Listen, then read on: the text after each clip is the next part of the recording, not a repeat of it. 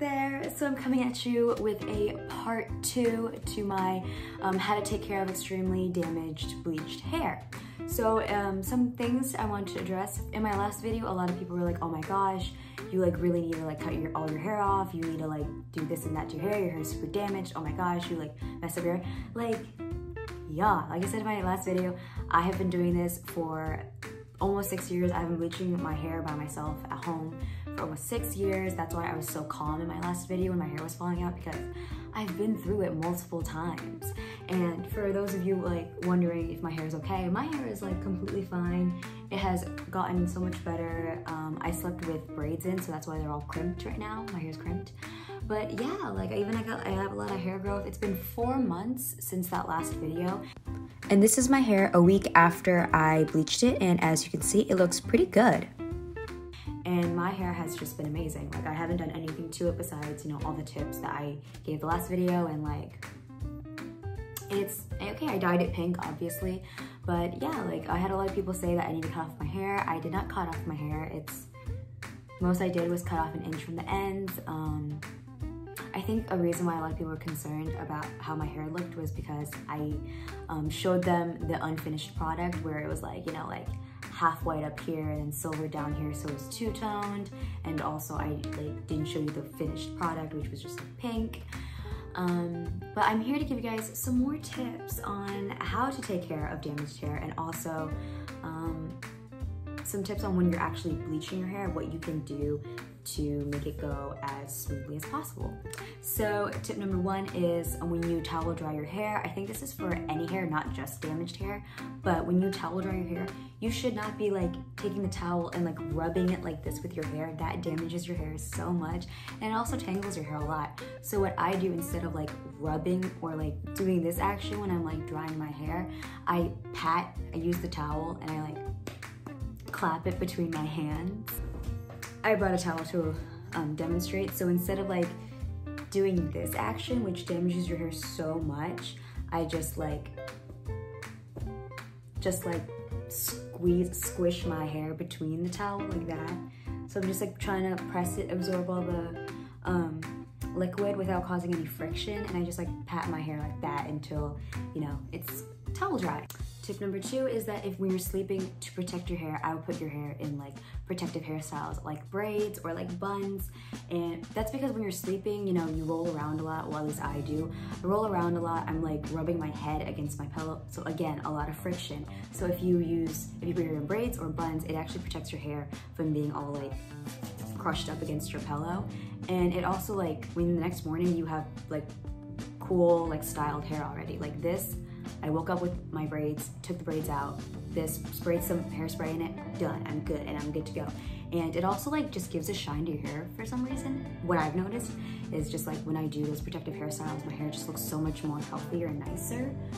Tip number 3 is like, don't be afraid to trim your hair. I know a lot of people in my last video were like, you need to cut off half your head. You don't, okay? I would recommend, however, like trimming 1 inch from the ends just to clean it up a bit and make it a little bit more like, I don't know, make it look more fuller, make it look more like clean and neat. I understand like some girls have this like weird complex about their hair where they like don't want to cut any of it off and they want to keep it as long as possible.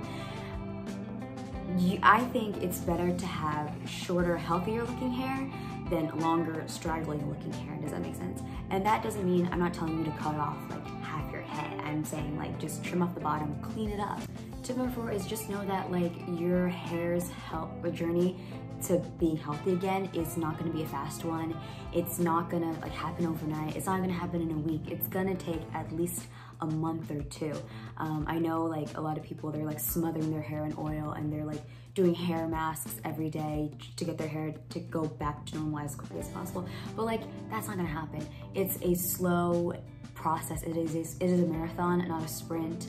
Like for me personally, I just do what I need to do, which is like put in my leave-in conditioners, put in my hair oils, and just leave it. You know, I don't try to think about it. I don't try to like over touch it, process it. You just gotta let your hair get better by itself.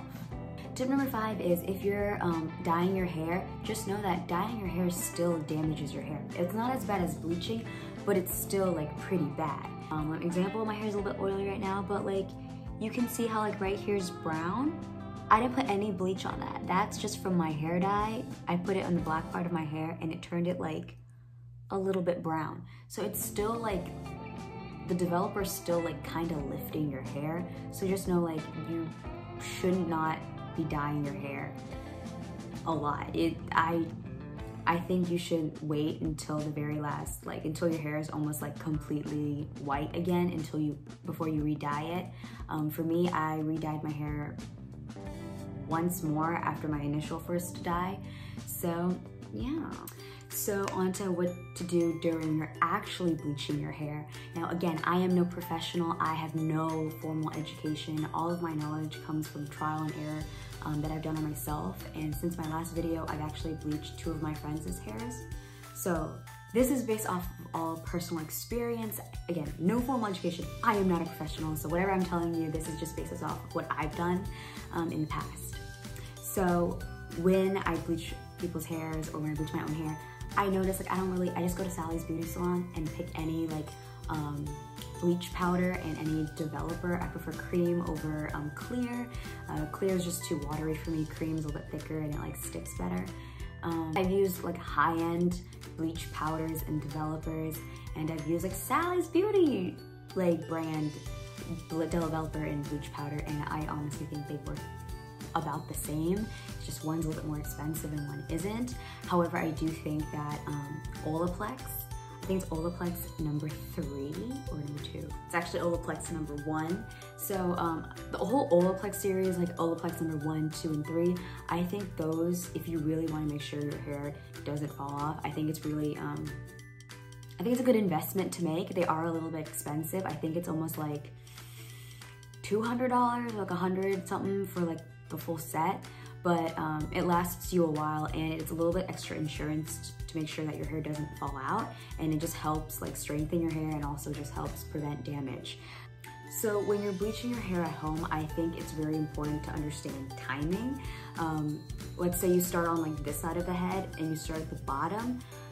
You kind of have to make sure you like take note of what time you started, because if you started like the bottom right here at like 3 o'clock, and then by the time you got up here and it's like 3:30, then you know that like the bottom part of your hair has been processing for 30 minutes. Especially if you go to the other side too, and this takes you another 30 minutes, that means the bleach over here has been on your head for an hour. And as most people should know, that bleach should not be on your head for more than like 45 minutes, especially if it's like 40 volume. So that's why I always recommend working in sections. Split your hair up down in the middle, and then from the sides, like break it up like this.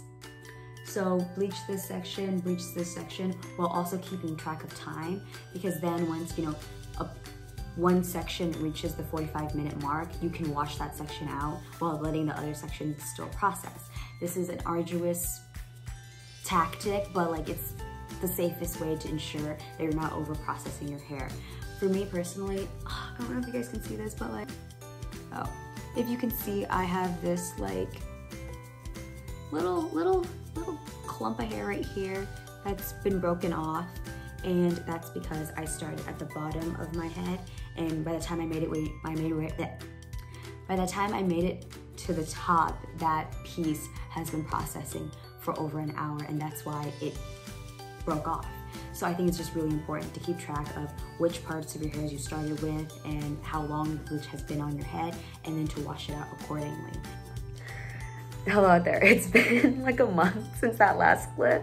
I've been so lazy to finish this video, but I'm gonna truck on even if I look like this. So some last couple tips. I feel like everyone knows this already, but your roots process faster than the other parts of your hair because your roots are closest to your head, and your head emits heat, and heat makes bleach process faster.